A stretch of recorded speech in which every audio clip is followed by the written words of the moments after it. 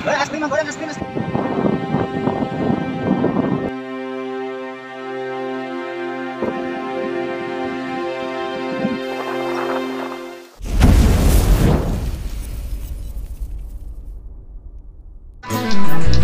Halo semua, balik lagi di channel Pasir Bro.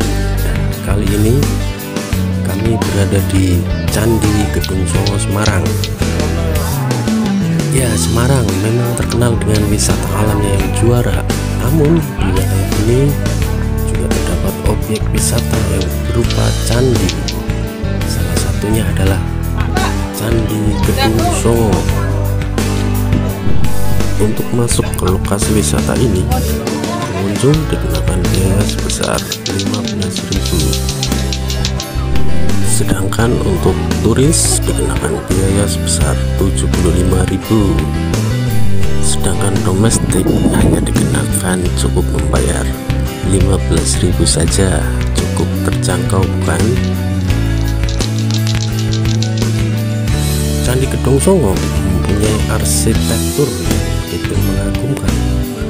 Selain itu, letaknya yang berada di pegunungan juga membuat pengunjung sekalian wisata alam. Jika berencana untuk mengunjunginya, berikut informasi tentang lokasi, sekilas sejarah, dan aktivitas yang bisa dilakukan di Candi Gedung Songo. Gedung Songo merupakan kompleks candi peninggalan agama Hindu. Ini terletak di kaki Gunung Ungaran dengan ketinggian yang mencapai 1.200 meter dari permukaan laut, yang membuat pengunjung yang berlibur ke sini dapat pula menikmati keindahan alamnya. Suhu di candi berkisar di antara 19 sampai 27 derajat Celcius, yang membuatnya mempunyai udara yang sejuk. Candi yang bisa dijelajahi. Candi-candi ini menyuguhkan panorama yang berbeda-beda. Semakin tinggi pesona yang ditawarkan juga semakin menawan, ditambah tipis yang menyelinut. Terdapat beberapa candi yang bisa dijelajahi. Candi-candi ini menyuguhkan panorama yang berbeda-beda.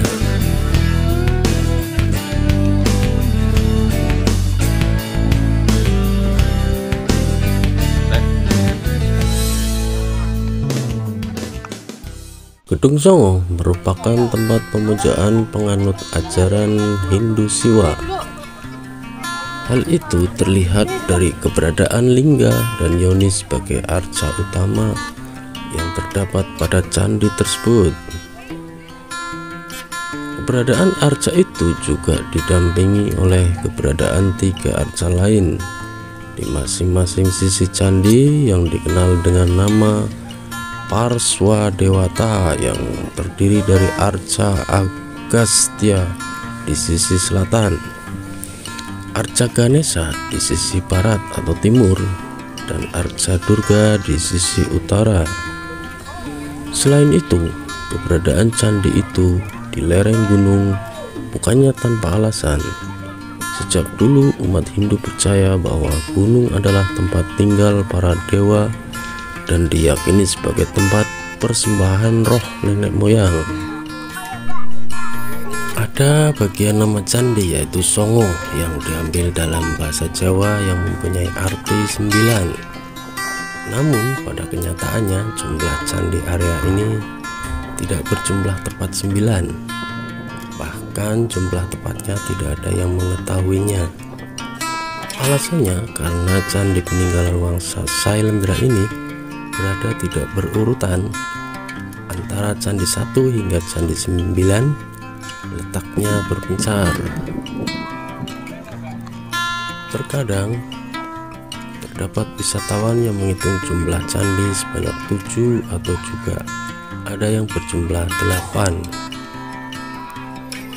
Jika wisatawan menghitung candi dan memperoleh angka 9, maka konon katanya akan mendapatkan keberuntungan. Lalu aktivitas apa saja yang bisa dilakukan di Gedung Songo? Terdapat beberapa candi di area Candi Gedong Songo yang bertingkat-tingkat, sehingga pengunjung dapat menelusuri setiap tingkatan candi. Selain mengagumi arsitektur candi yang memukau, mereka dapat menikmati pemandangan lingkungan hijau yang memanjakan mata. Terdapat deretan pepohonan yang menjulang tinggi yang membentuk barisan rapi. Selain itu, pelatarannya ditumbuhi dengan rumput segar dan bunga warna-warni yang terawat dengan baik. Selain itu, terdapat penyewaan kuda di sekitar area candi yang dapat dimanfaatkan oleh pengunjung untuk menjelajahi candi dengan menunggang kuda. Sebenarnya, di sekitar kompleks Candi Gedong Songo tidak ditemukan prasasti yang mengungkap waktu dibangunnya candi itu. Namun, dari sisi arsitekturnya, diperkirakan bahwa candi itu dibangun pada masa Wangsa Sailendra, yaitu sekitar abad ke-7 hingga 9 Masehi. Pembangunan candi itu memiliki prinsip yang sesuai dengan kitab Hindu Vastu Sastra dalam mempertimbangkan potensi lingkungan fisik bagi tempat berdirinya bangunan suci. Maka tak heran lokasi percandian itu terintegrasi dengan sumber daya alam, diantaranya lingkungan yang asri serta keberadaan sumber mata air baik panas maupun dingin yang sering dimanfaatkan warga sekitar. Kompleks percandian Gedong Songo memiliki posisi yang unik dalam menghubungkan candi satu dengan candi lainnya. Posisi tiap candi di sana diletakkan berderet dari bawah hingga ke atas perbukitan. Meski belum ditemukan jawaban atas penempatan candi itu, ada yang percaya bahwa hal itu menggambarkan hierarki kesucian di mana candi di atas lebih suci dibandingkan candi di bawahnya. Candi terdekat dari pintu gerbang adalah Candi Gedong 1 yang terletak di ketinggian 1208 meter dari permukaan laut. Oke teman-teman, demikian cerita singkat tentang sejarah Gedong Songo. Tak lengkap rasanya jika berkunjung ke lokasi ini tidak mengabadikan momen, salah satunya dengan berselfie ria.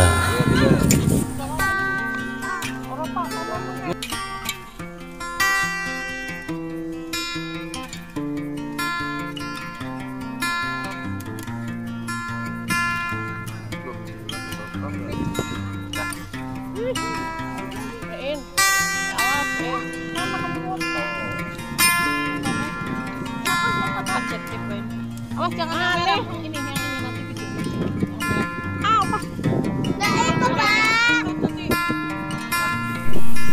Oke, kita coba explore ke atas, kira-kira ada apa saja di atas.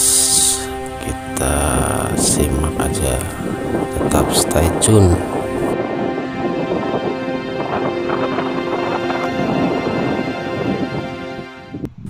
Di sini terdapat pedagang kaki lima dan juga pernak-pernik kerajinan tangan seperti merchandise dan aksesoris.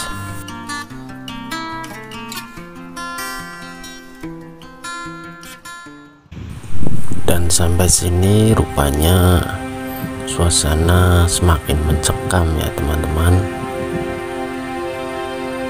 Badai dan juga angin kencang, kabutnya juga semakin tebal.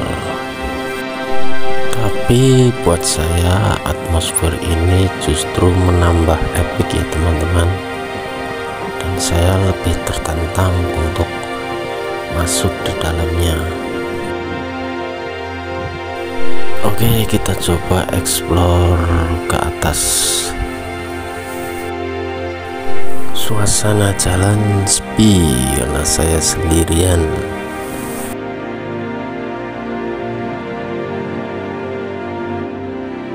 Oke, di depan ternyata ada pertigaan yang menghubungkan jalan ke kiri dan ke kanan,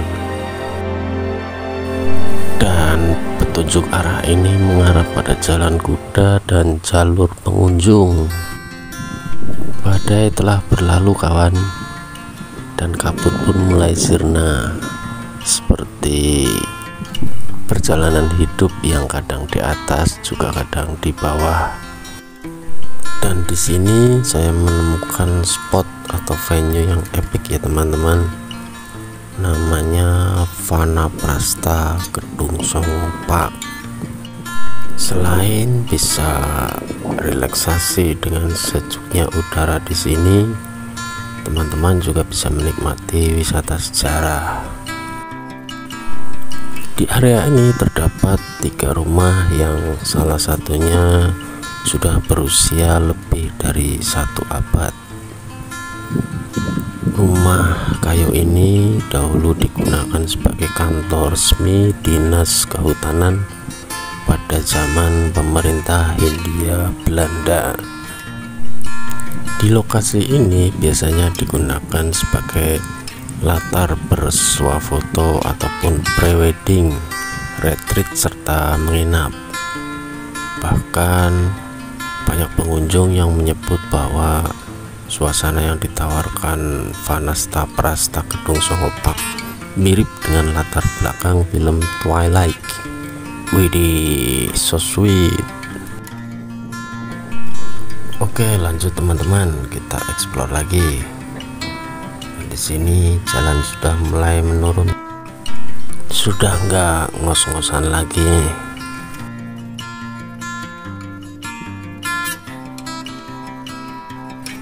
Di sini terdapat bunga trompet nih teman-teman, mirip dengan daun kecubung,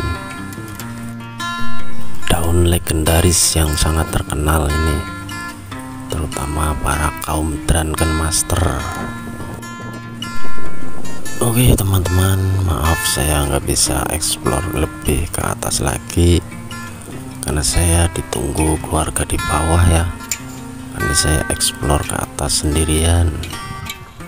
Mungkin next kalau ada waktu saya bisa explore lagi sampai ke atas, sampai puncak yang paling atas ya teman-teman.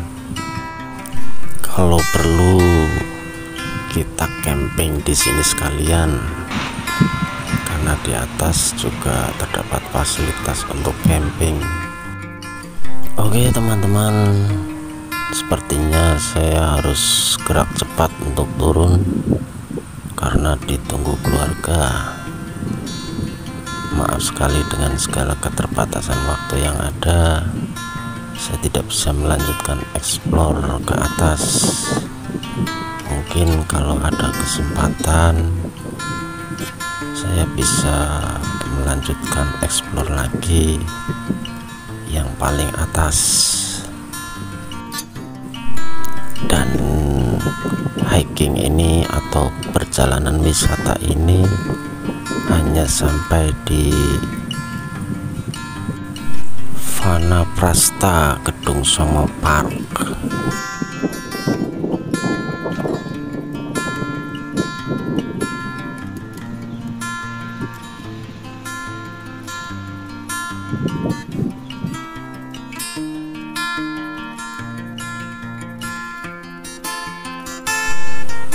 Oke teman-teman, saya sudah sampai bawah menuju ke parkiran ya.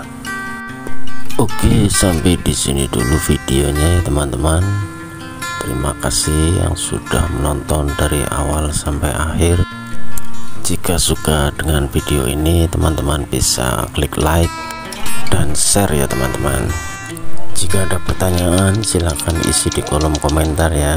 Oke teman-teman, sampai ketemu lagi di vlog berikutnya. See you.